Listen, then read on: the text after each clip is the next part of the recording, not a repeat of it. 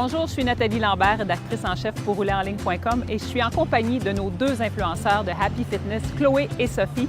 Et aujourd'hui, j'ai envie de leur demander, parce que ça fait quelques semaines qu'ils ont recommencé, qu'ils ont renoué avec la pratique du patin à roulier, ça s'est passé comment? D'abord, toi, Chloé. Ben, écoute, ça a été moins pire que ce que je pensais. J'appréhendais quand même mon retour sur les patins. Finalement, écoute, on a eu beaucoup de plaisir. Je dirais qu'il y a eu quelques défis, évidemment, là, entre autres l'équilibre au début, mais ça se reprend assez vite. J'ai appris à mes dépens que les surfaces police, ça marchait pas vraiment. C'est moins le fun.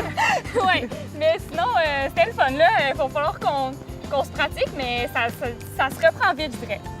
Et toi, Sophie?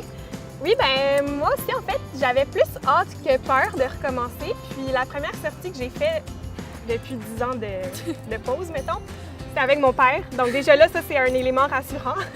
Puis ce qu'on a fait, c'est qu'avant de partir, on s'est juste pratiqué un peu dans le stationnement, tu sais, dans une zone où est-ce qu'il n'y a pas d'auto, Merveilleux. où est-ce qu'il n'y a pas de trou, tu sais, ça nous met à l'aise.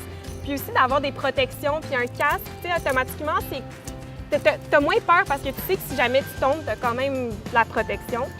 Puis sinon, ce que je dirais qui me faisait le plus peur en partant, c'est de freiner. Quand je voyais qu'il y avait une pente descendante qui arrivait là, ouïe, mais finalement, tu sais, je ralentissais en partant, j'y allais tranquillement. Pas de bleu, On pas est de tous en un graphite, morceau, là. Mon ça corps s'est est bien intègre, passé, ouais, clairement. Voilà.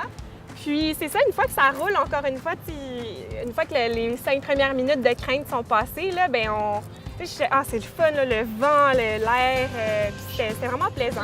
Est-ce que ton corps te parlait le lendemain matin?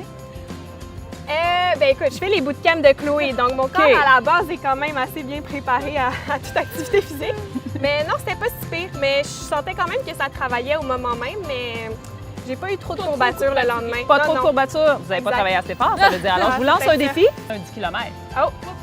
Ça, d'après moi, votre corps va vous parler le lendemain. Ça va être notre challenge de l'été. Parfait. Merci les filles. Merci!